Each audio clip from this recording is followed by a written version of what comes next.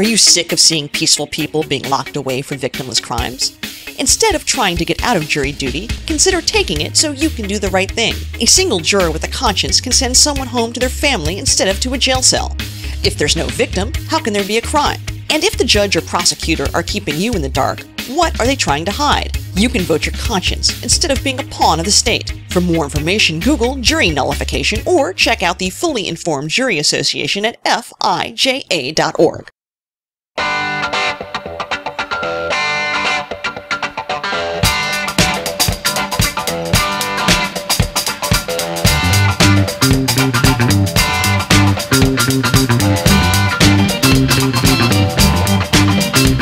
Dead blood in the streets, it's up to my ankles.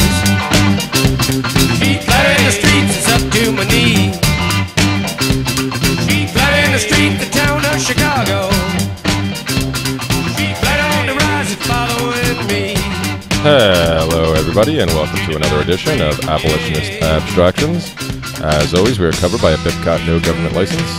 This allows reuse by anyone except governments and the agents thereof. You can find out more information about this at bipcot.org. Alright, so I am back. It's just me this week. I know things have been a little all over the place lately with me being on the road and putting out random episodes and stuff like that. And I was actually going to throw a filler episode in this week, just so you guys knew I hadn't pod faded or anything. But I've recently been I've been catching up on a lot of podcasts that I fell behind on. I had like 36 hours worth of podcast I had managed to fall behind on, and I've been slowly catching up on those and getting ready for my trip tomorrow. I actually headed out tomorrow late morning, hopefully late morning, to head to PA to do some solo camping for the weekend with Murder Dog and check out a spot for the future for the kids to hopefully be able to take them to too. So I was just going to throw something together really quick, but like I said, I've been listening to all these other podcasts, and despite the fact that I don't really pay attention to what's going on in the world these days, with me being out on the road and doing the Vanarchy thing, listening to the podcast is the best way I have for picking up news and information. And after listening to a number of podcasts from people that I really like and respect, all mentioning how they're now joining the LP, yeah, I think I got something to say. So the last one I listened to, I just finished listening to, I think it was 2 episodes ago, of Dave Smith's Part of the Problem podcast. And I'm a big fan of Dave's. I listen to his show pretty regularly now, and I like the stuff. I like a lot of the stuff that he does, that he talks about. But this LP thing, yeah, not for me. Heard an episode of Tom Woods. Tom Woods is now apparently joining the LP. Mance Raider from the Free Man Behind the Wall podcast, who I'm a big fan of Mance's as well. Love his memes. We had him on the Seeds of Liberty. Well, it was just me and him having a conversation, but we put it out as a Seeds of Liberty podcast. And I had wanted to talk to him again because a lot of the things that I hear him talk about, he and I seem to line up on a lot, especially one of his most recent episodes where he had Anarchy Ball on, and they were kind of trashing the Bordertarians, all on board with stuff like that. But this LP thing, oh man, haven't we done this dance enough with people? I mean, back in the early days of the Seeds of Liberty, we did multiple podcasts with Lou Feen about the silliness of incrementalism, and also shredding the Paul legacy, the Rand and Ron. And we've talked about, we talked about it there. I've talked about it a lot, and I don't know. Apparently, people think that there's no other choice all of a sudden anymore, and that's very disconcerting. Now, this whole thing appears to be spearheaded originally by Michael Heiss, who started the Libertarian Mises Caucus. Now, I've known Michael for a few years now. I remember when he was still more on the conspiracy side of things back in the day. I think he had a Facebook page called The Big Plantation or something like that. I had actually met him way back in the day when I was first coming to anarchism, because he came to one of the events that a friend of mine hosted up here. And I actually was supposed to have him on this show and the Seeds of Liberty over the past couple of months, because he actually reached out to me after he heard the episode I did with John Vibes, and he and John Vibes are in real life, good friends. And he heard that episode and reached out to me and said, hey, I heard you do podcasts. I'd love to come on them.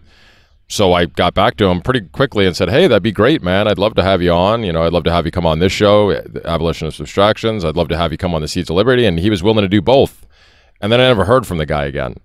I messaged him a couple times. According to John, he's a bit of a flake. And now apparently he's all wrapped up in this Mises Caucus thing. And it seems to be spreading. And I don't think it's for the better.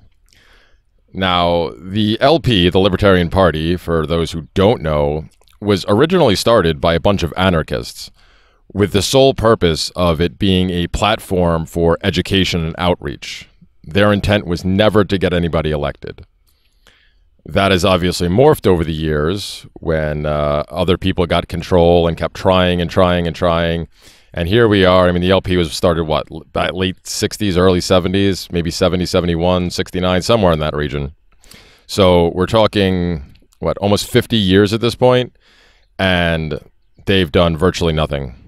As I've heard other people mention, I think I actually heard on a recent, it might have been Brian Sovereign on his podcast, Sovereign Tech, talking about this a little bit, saying, you know, yeah, great. You guys have hired a bunch of dog catchers. You know, you got a bunch of dog catchers elected, and you think you want power, and you think you're going to gain more. You know, you think you could gain more power. So, yeah. I mean, what's the point? It hasn't been successful.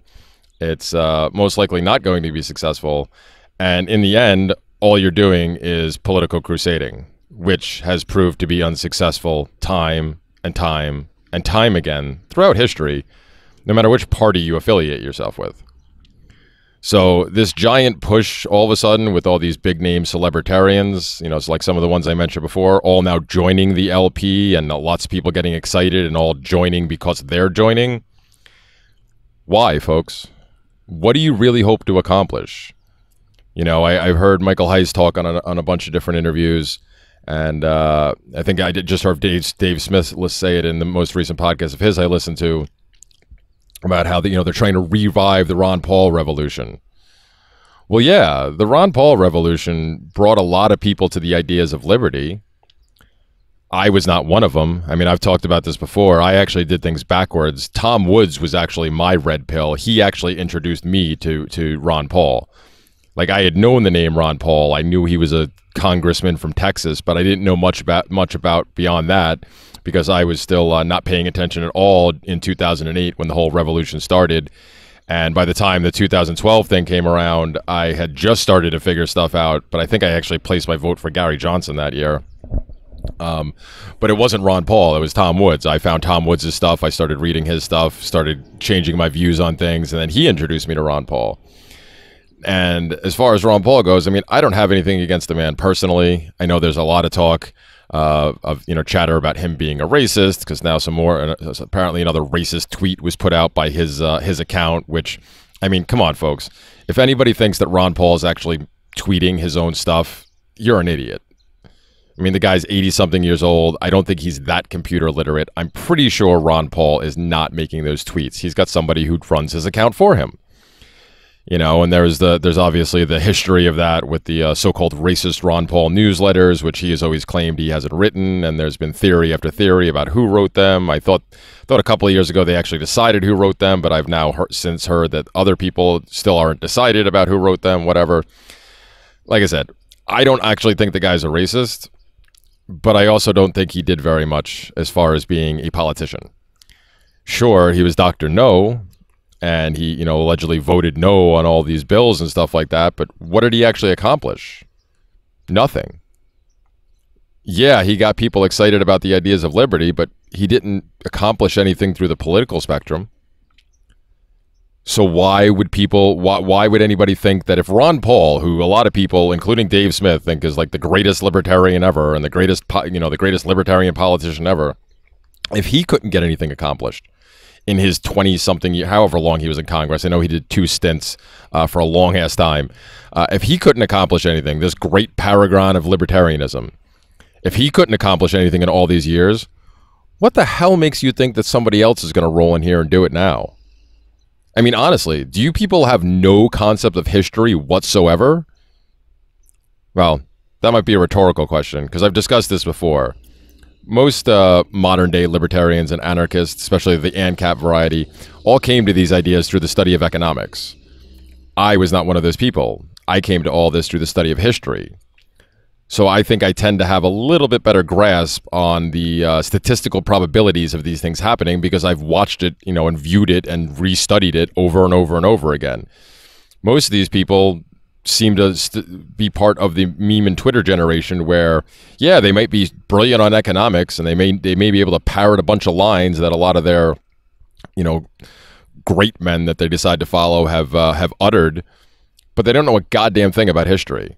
And they don't realize that this fails every time for a very specific reason. Because government will always fail. You can never achieve freedom through it. The whole idea of, oh, we just need to get this one guy in. I mean, seriously, folks, do you hear yourselves? This is coming out of the mouths of the same people who I've known personally to make fun of statists for thinking, oh, we just need to vote harder, we just need to vote one more time, we just need to get this guy in, if we just get this guy in. You make fun of these people for doing that, and now you're turning around and doing the same thing. Do you honestly think that getting, even if Ron Paul had won back in 2008, or even if some other libertarian candidate who's supposedly just as good, if not better than Ron Paul, were to win the presidency, do you honestly think that anything would change? Again, do you have no knowledge of history? The president doesn't actually have any fucking power. I mean, Trump's proving that right now. You know, he was supposed to be the savior. So many ANCAPs and libertarians jumped on board. Oh, gotta vote for Trump because we have to stop Hillary. What's different? Not much. Still dropping bombs all over the fucking place. Still threatening war with everybody else. Ooh, he gave you some tax cuts. Oh yeah. Anybody else, any of you guys pay attention to the fact that those tax cuts run out in less than, I think, 8 or 9 years? They revert back. Wasn't anything permanent. Just enough to clear him if he manages to get elected a second term so he could still say, look, I made those tax cuts. And then as soon as he's gone, things go back to normal. And then everybody with their short-term memories will blame the next guy and forget all about the fact that Trump set him up for this. Political crusading does not fucking work. It's never worked. It's most likely never going to work. But yeah, let's put all our eggs back in that basket. Unfucking believable. You know, something else that I've said a bunch of times, and I will reiterate it here, and I was actually kind of reminded of this while listening to the Sovereign Tech podcast I was mentioning to earlier, where Brian Sovereign was kind of ripping apart some of these people, and he was taking some more shots at Ron Paul. He kept saying racist under his breath every time he mentioned his name. And I love Brian. I think he's a really smart guy, and I love listening to his podcast. And I actually want to get him on this podcast at some point soon. I need to reach out to him and try to get him on here. You know, like I said earlier, I don't really believe that Ron Paul is racist. Could I be wrong? Sure. But, you know, it was funny to hear him say that. But listening to his talk about all this, it reminded me of the fact that, you know, something, like I said, something I've said a bunch over the past couple of years is the biggest problem that I see with voting for any politician, whether it be, you know, Trump because he has to be better than Hillary, or even some libertarian candidate, even somebody you know personally and you know to be, say, an anarchist who's playing the political game just to get in there and rile things up. The biggest problem with all this is that what the goal is, at least the stated goal, is usually that, you know, trying to win converts, trying to convince people of these libertarian ideas, that it's much better to have voluntary interactions and get rid of as much coercion as possible. And while that's a noble goal, and I would love to see more people take hold of these ideas and run with them, when you do it in the political spectrum, and your goal is try to convince people who may consider themselves Democrats or Republicans or liberal or conservative or progressive or whatever ideology they ascribe to, if they still believe in the necessity of the state, and that, I mean, that's the definition of a statist to me, anybody who believes in the necessity of the state, whether they are all gung-ho about it or just think, oh, well, I really wish it wasn't here, but we can't live without it, so I guess we have to have it. Either way, you fall into the statist camp. If your stated goal is to try to convince as many of these people to rethink things and look at things from a different perspective and possibly start having, more consistent ideas, why would you want to do it through the political spectrum? Because anytime you get a so-called win, anytime there is a tax cut, or they finally get rid of the red light cameras in your area, or they legalize cannabis in a particular state. Every time you get one of these wins, what you are doing is signaling all these individuals that you're allegedly trying to convert that the system actually does work. That if they all band together and they all try really hard and they all put all their time and effort and money into it, that they can get the system to work for them. Once people think the system now can work for them, why in the hell are they going to want to give up the system? That's ass-backward thinking. It happens every time. That's why, especially, just like after the last election in 2016, I kept saying, people watch, Trump is not going to be what you think he's going to be, number one. And number two, this is the best time to go after the disaffected Democrats. This is the best time to go after the Hillary supporters. Just like after the Democratic convention, when all the Bernie supporters were all pissed off and upset and, figured out that they had gotten hoodwinked, I said that was the best time to go after them because they're upset with the system. They're disenfranchised. That's when you reach out to them and talk to them and present these ideas. But not as, oh, well, if you had just voted for the libertarian, we could do this. No, you just present the ideas of libertarianism. The ideas of voluntarism and non-aggression and, removing coercion from society. You don't have to do it in a political way, not vote for this guy and we'll get these things. No. You present it to, wouldn't this be a better option?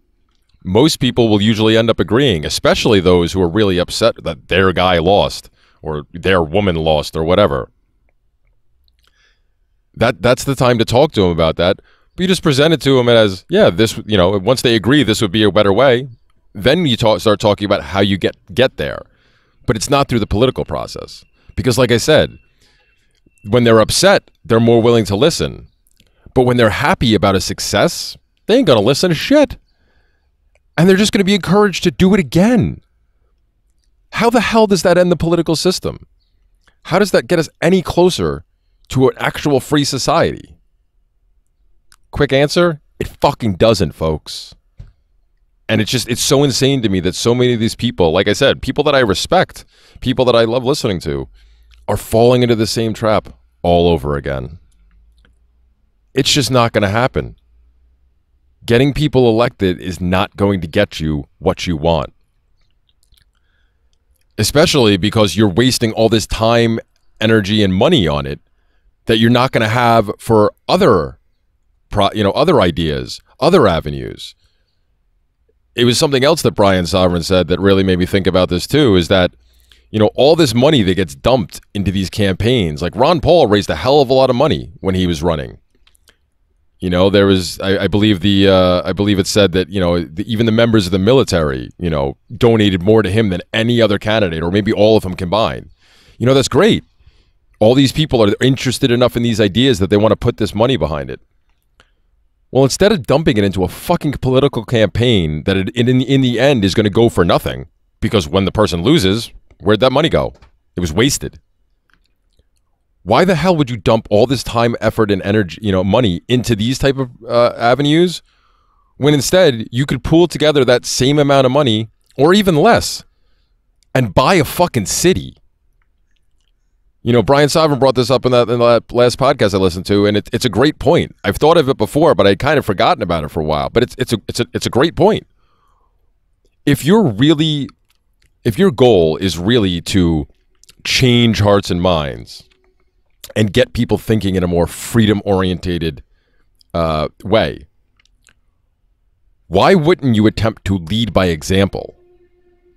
That's something I've been talking about for the longest time. That's been my method of activism for the past couple of years. It's going out and doing things.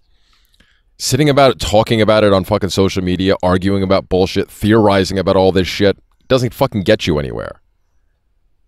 Get out and actually fucking do things, folks. Show people what can be done. And if you were to go out and instead of investing all this money in some candidate or some series of candidates in hopes that they can get in place and then maybe have a voice amongst the sea of Republican and Democrat and whatever else status, if you buy a city and you take it over and you start implementing these ideas, then you have actual real-world examples to show people what can be accomplished without the tyranny of government. I don't know about the rest of you, but that sounds like a much better method to get people to wake up and realize, hey, maybe we don't need this system. Maybe government really is the most incompetent and expensive middleman the world has ever known. Maybe, just maybe, there is another way. You're not going to get that shit by giving them the same thing over and over and over again. Just because you're changing the face doesn't mean you're changing the system. The system is irrevocably broken. It's designed to be broken. It's designed to crush the individual.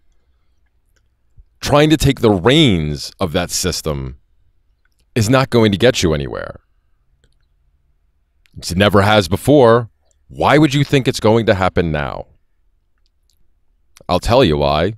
Most likely because most of these morons are completely ignorant of history. And they just want to try one more time. What a fucking waste.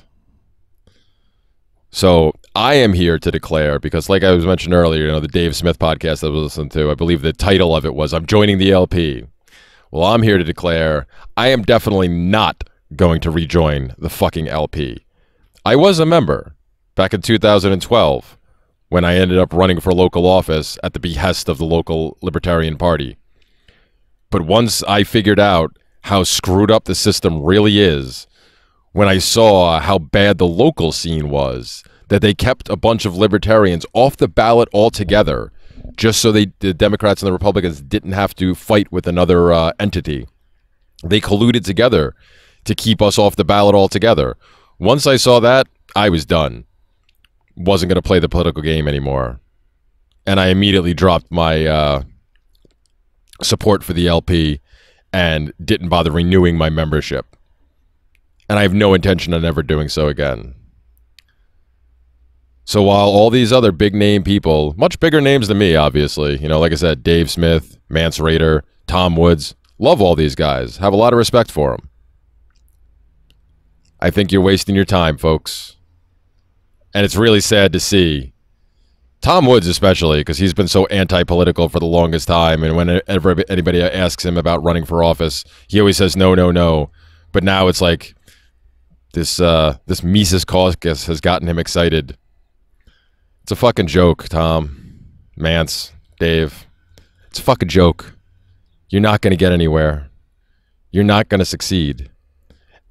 And if you do get a particular candidate into office, and maybe you do get a bill here or a law change there, all you're going to do is encourage the overwhelming majority of the people that you are claiming you are trying to help convert in one way or another. And whether you like to use that term or not, for simplicity's sakes, we'll just use the word convert. All you're going to do is convince them that the system works and it can work to our advantage. And when enough people believe that the system works and can work to their advantage, they're going to want to keep the system intact. And it's never going to go away. And we're not going to get any closer to a free society. So I urge people, please reconsider this joining the LP movement. You know, my friend James Weeks, with what he does with the LP, I'm all for that. I love James. He's a very controversial figure. A lot of people assume he's a commie, insist he's a commie, you know, think he's a degenerate and whatnot. Of course, I've been called a degenerate multiple times over the past couple of years, so I really don't give a flying fuck. But, you know, James and people like him are there to rile things up. They have no intention of getting anybody elected. That's not their goal. People like James Weeks are more like the members of the original Libertarian Party. The anarchists who simply started it up to try to get the message out there. Not to get people in suits and get them elected to office in hopes that they may have some type of leverage. What? One guy, you know, ooh, you get one senator elected, 1 out of 100. Not going to do anything. Get a couple of Congress people, you know, 2 or 3 out of, what, 435? Not going to do anything. Even the president. President doesn't run things, folks. If you really think they do, then you obviously have no clue what's going on. So again, I am not going to join the LP. I will never rejoin the LP. And I would highly encourage others to reconsider their position of joining the LP, especially during this newest wave, because all you're doing is fooling yourselves. If you actually want to, you know, preach the message and get it in front of more people, get off your fucking asses and do something. Like I said, pool the money together that you would have wasted on a candidate and buy a fucking town, buy a fucking city, turn it into Ancapistan. Turn it into libertarian land, whatever the fuck you want to do. But give people a real world example of how these things can work instead of, you know, promising more of the same bullshit that they've heard for decades upon decades upon decades from every politician who gets in there and says, real change, we're going to do things differently. The system doesn't work like that. The system's going to keep trucking along. And that's actually makes me think that it's even funnier because a lot of these same people who are all about this right now are huge Ron Paul fans. And Ron Paul is one of the first politicians that I recall hearing talking about the deep state openly and publicly and honestly. That exists. You folks all know it exists. You talk about it all the time. Why the fuck do you think getting your candidate in there is going to change any of that? It's not. It's a big party, and none of you are invited. You may be able to sneak in the door, but you're not going to be able to get much farther past the fucking bouncer, especially if you don't toe the company line. So like I said, folks, I think this whole thing is a real big joke. It's a big waste of time. And a lot of people are just going to get their hopes up, and a lot more are going to have their hopes dashed. There's plenty of other things you could do. You know, I've talked about this before. That's my goal. I'm trying to get the hell out of this goddamn state so I can go start my farm and then work on starting an intentional community so I can have a real-world example to show people, hey, this is how a free society works on a really small scale. What, are you interested in trying it out? Maybe we can get some more of these up and running. And the more of those you get up and running, the less need you have for government, the less people you have turning to government. And then hopefully, within a few years, you have what Nima Vadadi of the Freedom Fiends talked about, which is, you know, at some point in the very near future, you can hopefully have government end up being a lot like MySpace. 300 million users, but nobody's logged in for years because nobody cares anymore. And, as I've also talked about numerous times on this show and others, since the most effective way to get any law or slew of laws reversed is to make it unenforceable. So if you just keep going out there and doing what you're doing and showing other people what can be done without government and encouraging more people to do the same, then whatever laws you worry about will become unenforceable. Because government will always be severely outnumbered, and there's nothing they can do.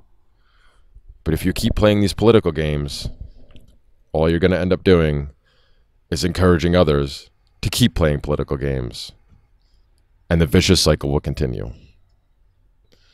So, with that, I think I'm going to sign off. Like I said, I was planning on doing a filler episode originally, but, you know, I got this rant in me after listening to all these shows. And once again, I want to reiterate, don't really hold anything against these people.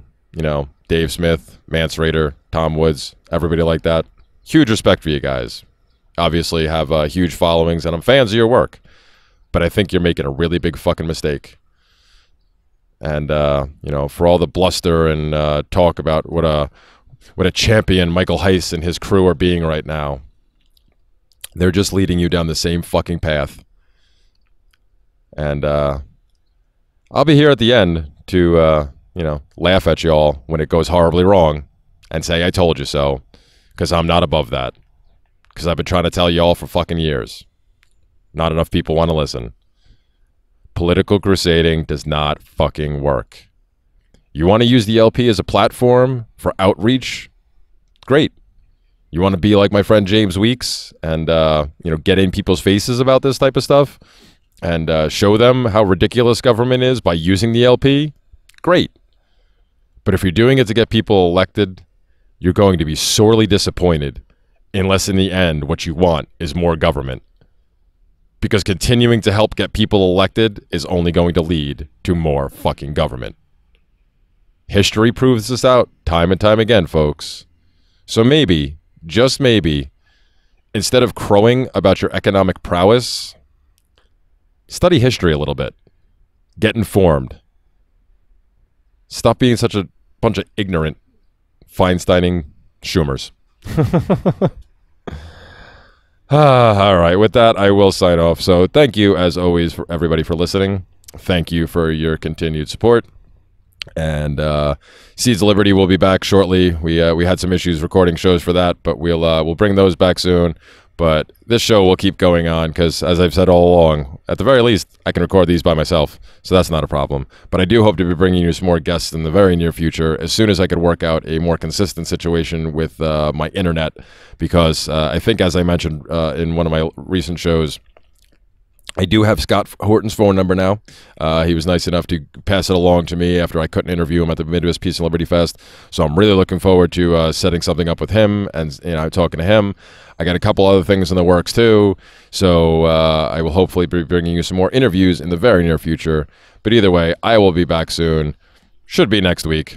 But again, thank you everybody for listening. This has been Abolitionist Abstractions.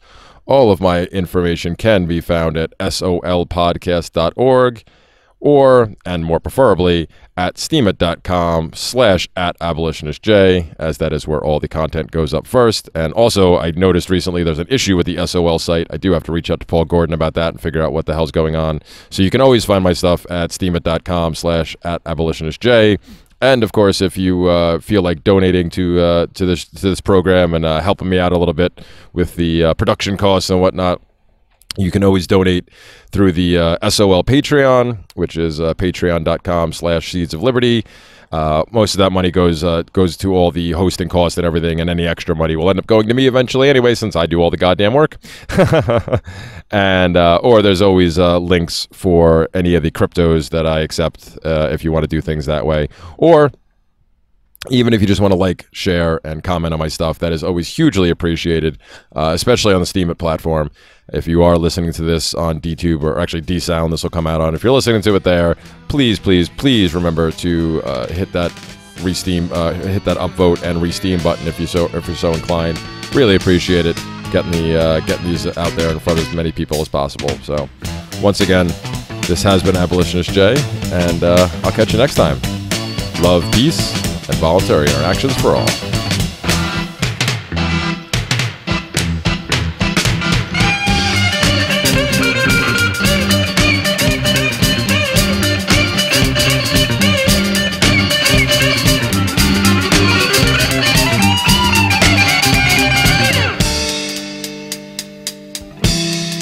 Indians scattered on dawn's highway bleeding.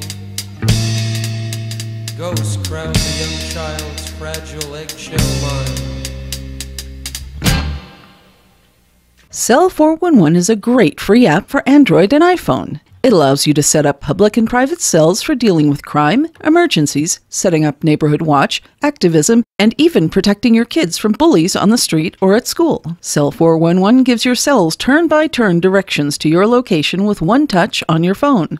There is also a Bluetooth panic button available that can be worn on your wrist, belt, or around your neck. Cell 411 has real-time chat for each alert so you can discuss the incident with family or friends in real-time video streaming. The video is stored on Cell 411's servers so your evidence cannot be deleted if your phone is taken or destroyed. Cell 411 has decentralized ride-sharing that allows for payment in any form: crypto, barter, silver, cash, etc. Cell 411 does not take a cut of your fare. Get Cell 411 free on Google Play and the iTunes Store, or go to getcell411.com. That's getcell411.com.